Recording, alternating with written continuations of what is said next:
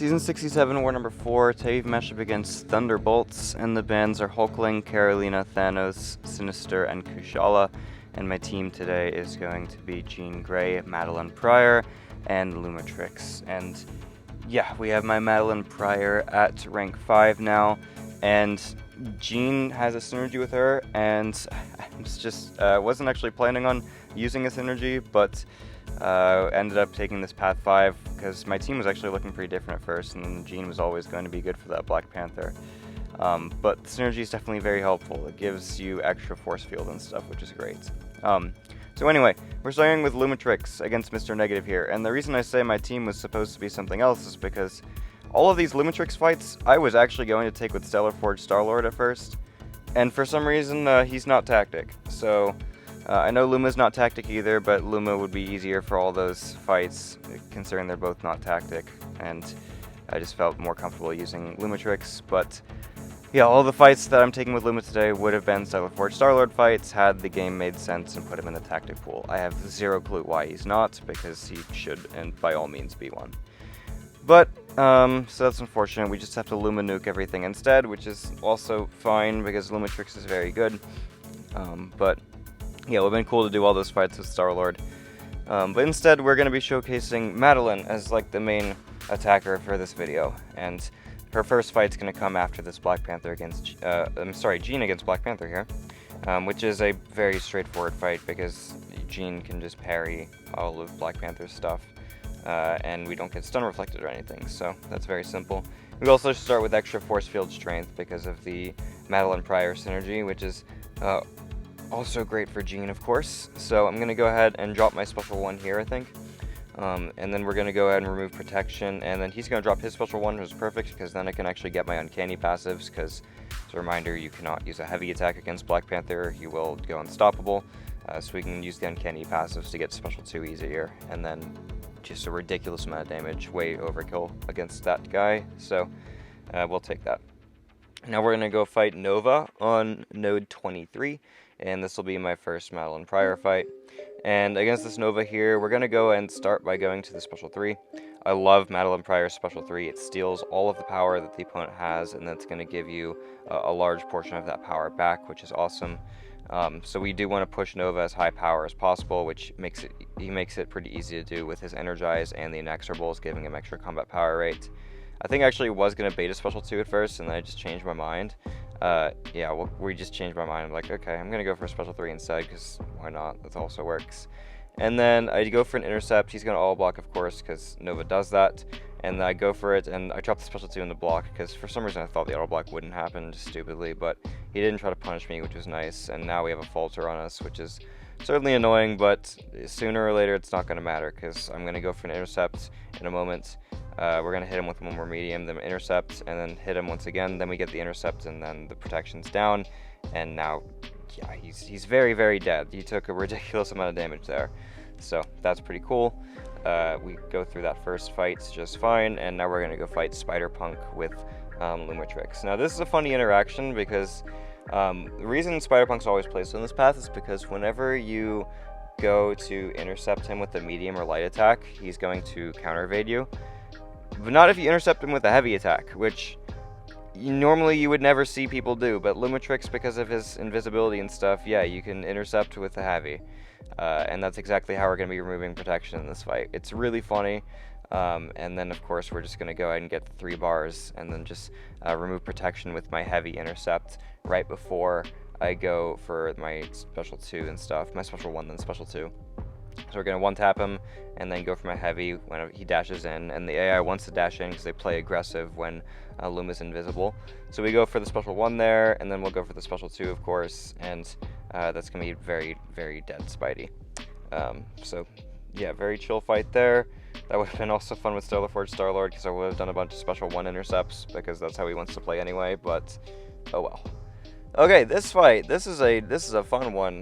This is node 37 thing, and I have an alliance mate who has a rank 5 Maddie as well, and he had her way before the Titan came out. So we talk all the time about all the different Maddie fights that work and trying to figure out which ones would be good for me to take this war when I was going to go all out with Madelyne Pryor. He thought this one would be very easy for me, and I was kind of inclined to agree, and it probably should be fine. I just either didn't play it right and also had terrible AI, both of which were the case. There were moments where I didn't play it right, but I also had bad AI too.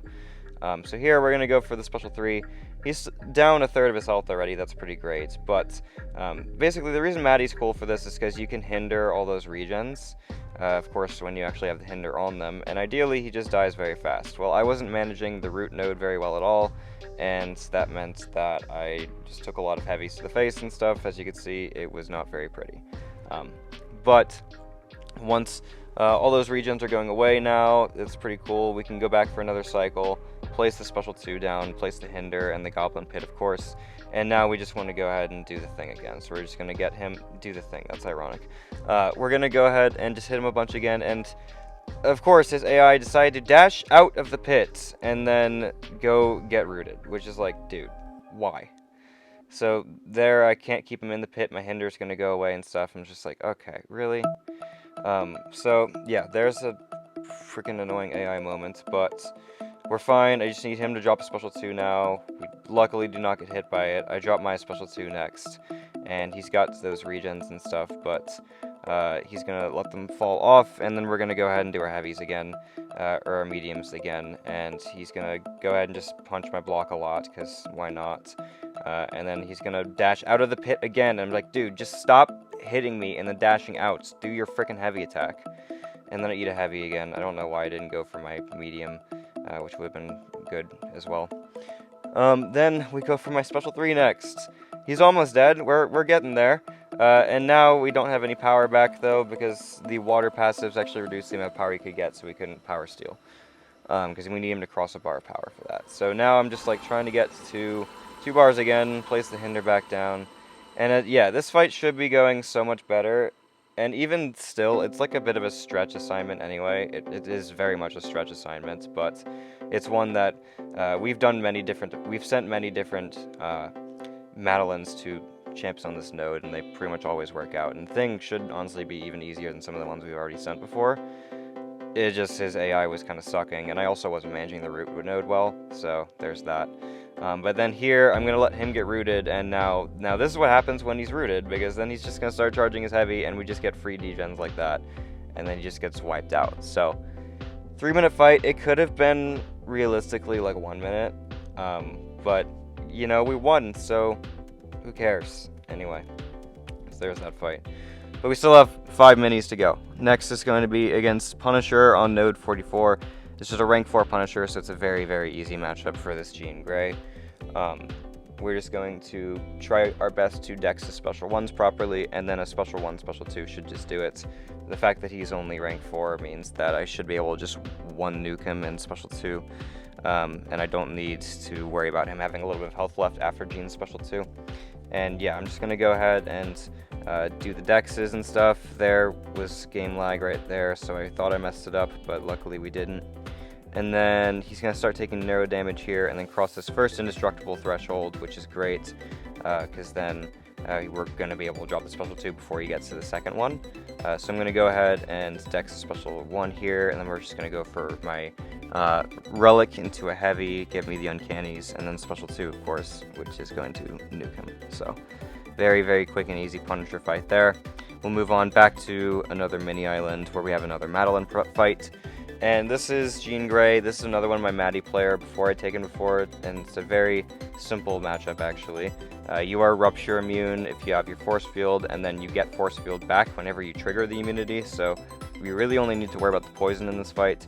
And because of the fact that once you get the Goblin Pit down, you're only like one-hitting the opponent and then backing off again, so it's not really too big a deal to play in the poison phase, like hit her in the poison phase, because you're just not landing that many hits. And so here I have the water passes up, which is annoying because I do want Jean to be getting more power, but we still get the special 3 off when she has 2 bars, so we still get a decent power steal, and then I'm at 2 bars myself after the attack, so it really didn't make a big difference. And then here we're going to go ahead and just do the Madelyne Pryor thing. She's in the pit now, and she's going to start taking a ridiculous amount of damage. We have her in the corner as well, so she's not leaving it, which is awesome. And then I'm just going to go for a medium there, and then a medium there, and then another medium here, and then go for my next special 2, which is of course going to place the pit back down. Pause all the misery buffs, so our degens from placing misery are even better, and then she dies in her special 2 animation. So could have won the fight without even having to bait a single special, but that's also largely due to the water passes being really helpful. But still, very, very simple fight. Okay, here's another one. As you can see, we're going to take like 7 hits to get to 3 bars of power, and that's literally it, because we have 4 uncanny passives now. You start with 1 uncanny passive, and every fight you win, you get another one from Madelyne's Sig ability. So we just dropped a special 3 5 seconds into the fight, which is pretty great. I dropped a special 2 there thinking it would push me further back, so she did get the fight or flight unstoppable, which sucks. And then here I thought I could get my special 1 off before the falter happens. So if you haven't known before, I'm the worst ever at fighting node 47. I'm terrible with these timers, and I've probably died in node 47 more than any other node on the map.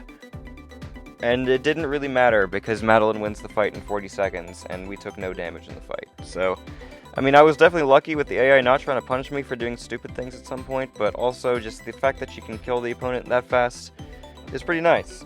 So, we're going to finish the war off with some Lumatrix fights, though.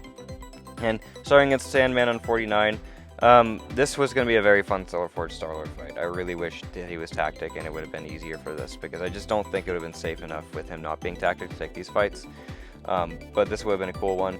We're using Lumatrix here because he gets his openings very easily without needing to parry.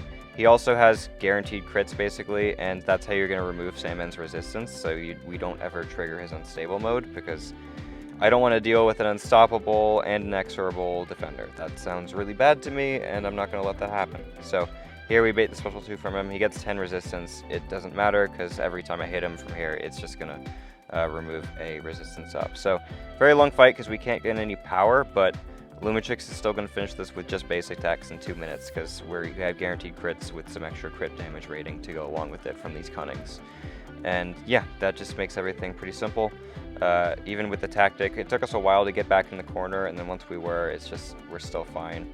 And then yeah, we beta heavy, finish him off right there. So last up, High Evolutionary War Boss. This one, again, would have been a cool Stellar Forge Star-Lord fight. It's just not safer than Lumatrix if they both don't have tactic, because Lumatrix is a bit cracked and better, unfortunately. So here I'm going to go ahead and go for my heavy there, remove his auto block, and then we'll go for another heavy. And I got all my endurances up because I want to get the debuffs he places me off very fast to make sure I'm not dealing with inequity for a large portion of the fight, because that's a significant attack reduction that I just don't want to deal with if I don't have to, and those endurances will just make it to where I don't have to. So here we're going to go ahead and keep punching him. I'm going to go throw a heavy. He's going to resist it from stand your ground and stuff, but then one of the hits finally lands. And I'm going to take 1 combo detonation because he decided to play extremely passive, of course, why not? And then my heavy luckily hits him. So there's combo detonation, but I believe that's the only damage I took this entire fight, because from here, once we get to 3 bars of power, he's going to start melting very fast. Like, we're a minute in, and he's barely lost any health, but that's going to change extremely fast once I go and drop my special 1 into special 2. And so here, Haivo does his special 1. I'm going to go for my heavy here, of course, into a special 1, and then drop the special 2 immediately after, wait for him to dash into it so all the hits land, and then he's going to take the heavy attack there, and then we're just going to go right back in. We're still unblockable because it's paused during specials and stuff, and then remove the combo detonation and just keep hitting him extremely hard. That's a 40k medium attack. That's a big heavy attack right there too. And we are just going to go, I think, for special 1, special 2 again. I could just go for maybe 1 special 2 instead of going for special 1, special 2, but it's not like it makes a huge difference. So I hit his block, I'm going to get some withers on me, but endurance drives him away very fast, which is awesome. I think I might get a couple more endurance as well before going for my nuke, just in case he drops another special 1, which he probably is going to, if I had to guess. I think I'm going to go bait the special 1 here, and then we just want to go ahead and counter the attack with my light attack, so I get the invisibility off cooldown without triggering the auto block, and then I go for a special 1, and then I go for a special 2, and then he's going to die very shortly after. I just go ahead and get the intercept right there into a combo, and he's dead. So, yep, that's my war. 10 fights, 10 solos. Madelyne Pryor looked really good, as we expected, and then we did win the war 17 to 14, because 2 of theirs actually didn't count. So, thanks for watching the video, guys. GG's to Thunderbolts. Hope you guys enjoyed watching the video, and I'll see you in the next one.